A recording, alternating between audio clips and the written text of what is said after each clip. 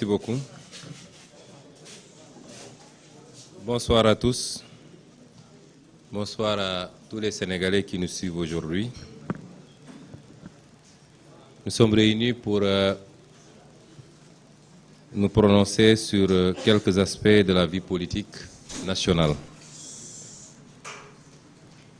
Je commencerai mon propos par dénoncer, regretter et condamner fermement la barbarie de la gendarmerie nationale sous commandement du général Moussa Fall, habitué à ces comportements, sur les populations civiles de Taïba Ndiaye hier soir lors de mon passage dans cette localité dans le cadre du Nemmekou Tour. M. Moussa Fall, sous commandement d'Antoine Diome, est habitué des faits. Sa conception de la gendarmerie se résume à la brutalité extrême contre les civils. Tout prétexte est bon pour se livrer à des exactions. Ce qu'il fait n'a rien à voir avec le maintien de l'ordre. Et ces agissements sont des agissements criminels. Hier, beaucoup de jeunes de Taïba Ndiaye se sont retrouvés à l'hôpital avec des blessures très graves. Des jeunes désarmés qui, contrairement d'ailleurs aux manifestations qui peuvent exister à Dakar, non seulement n'ont pas manifesté, mais se limitaient à accueillir un leader politique, mais nous étions dans des contrées qui ne sont pas habituées au contact avec les forces de l'ordre.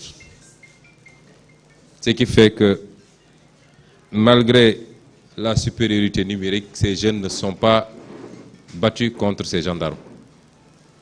Mais quand vous entendez un commandant donner des instructions, des ordres, en disant même s'ils se retirent, tirez sur eux, on n'est plus dans le maintien de l'ordre.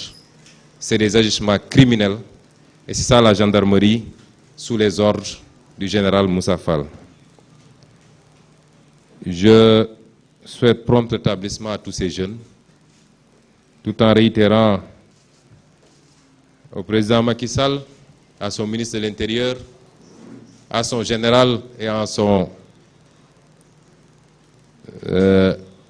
chef de la police, qu'aucune intimidation ne pourra passer. Il s'y essaie depuis très longtemps, mais s'il n'a pas encore compris que nous ne sommes pas des gens intimidables, c'est qu'il est loin d'être au niveau d'intelligence que nous pensions.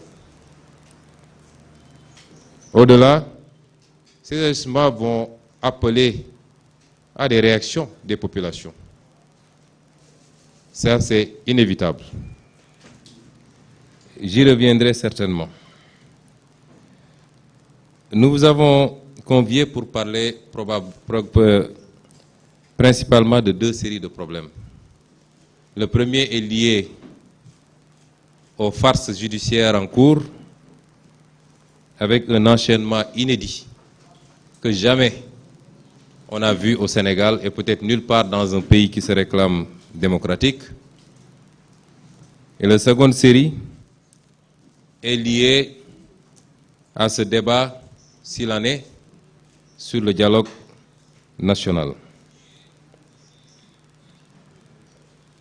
Pour le premier volet, évidemment, mon propos se transformera en un diagnostic, en un audit.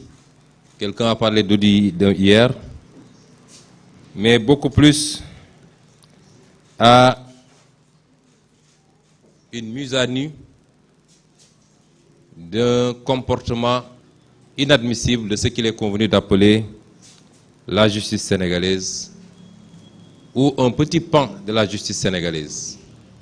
Parce que, comme j'ai l'habitude de le dire, l'affaire ne sort pas d'une dizaine de magistrats. Le procureur, Abdou Karim Diop, le procureur général, M. Ibrahim Bahoum, de manière générale le parquet, des juges d'instruction, notamment du premier et du deuxième cabinet, parce que la stratégie de Macky Sall, c'est de créer des dossiers, d'instruire le parquet. Ce que je veux que les Sénégalais comprennent, c'est que le parquet, c'est Macky Sall. Dans certains pays, d'ailleurs, il semblerait que le parquet ne soit plus rattaché, ne soit plus un ordre juridictionnel, puisque le parquet, c'est des fonctionnaires rattachés au ministre de la Justice qui lui-même obéit au droit à l'œil au président de la République. Donc le parquet n'a aucune forme d'indépendance.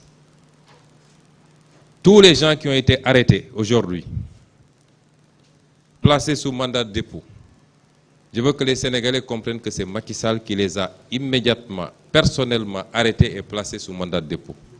Qu'ils soient journalistes, acteurs politiques, société civile, en tout cas toutes les voix discordantes qui sont aujourd'hui entre les mains de la justice, il faut comprendre que c'est directement l'œuvre de Macky Sall.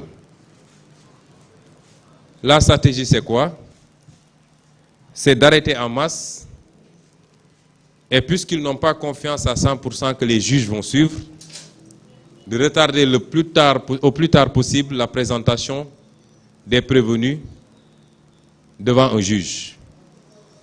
Et c'est pourquoi soit on les met sous mandat de dépôt et on laisse pourrir pendant des mois, soit on les met sous contrôle judiciaire, ou alors, comme El Malick Ndiaye ici présent, on leur met un bracelet électronique. Et cela pour pouvoir gagner le plus de temps possible en prenant des innocents, en laissant des innocents à Rebeuss qui viennent de passer leur Korité là-bas, là où Macky Sall, son fils Amadou Sall, qui passe tout son temps maintenant à battre propagande et à essayer, semble-t-il, de recruter des nervis, et sa femme Marème Faye Sall, toute leur famille ont passé tranquillement la Korité chez eux.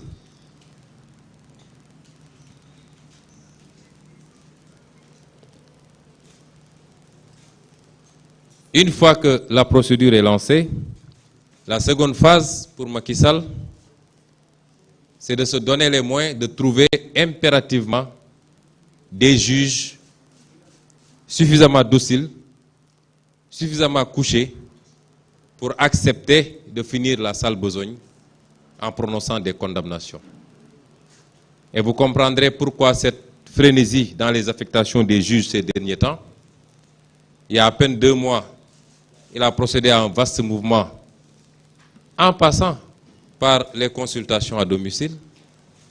Et il y a à peine 1 semaine, il a procédé encore à des mouvements. Parce qu'il est à la recherche de juges qui accepteraient de faire ce qu'il veut, principalement pour Ousmane Sonko, mais également pour tous ces détenus politiques dont il ne sait désormais plus quoi faire.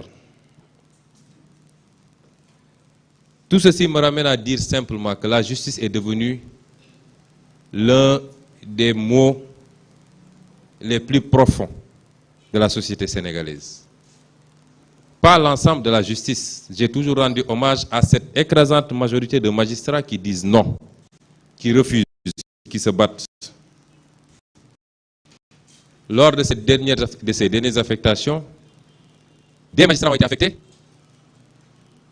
On m'a rapporté que des magistrats ont été rapportés, et de sources sûres, puisque ça vient de magistrats, simplement parce qu'ils ont refusé de demander dans leur plaidoirie une condamnation à 2 ans ferme à mon encontre pour un dossier simplement supposé de diffamation. Des magistrats, des juges d'instruction viennent d'être affectés, et ce qu'on leur reproche, c'est d'avoir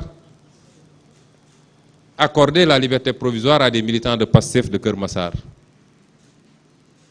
Des magistrats ont été affectés Tamba, à Kédougou, à Tamba, à Matam, ou qu'importe, simplement parce qu'en tant qu'assesseur, il n'avait pas accepté de jouer le jeu.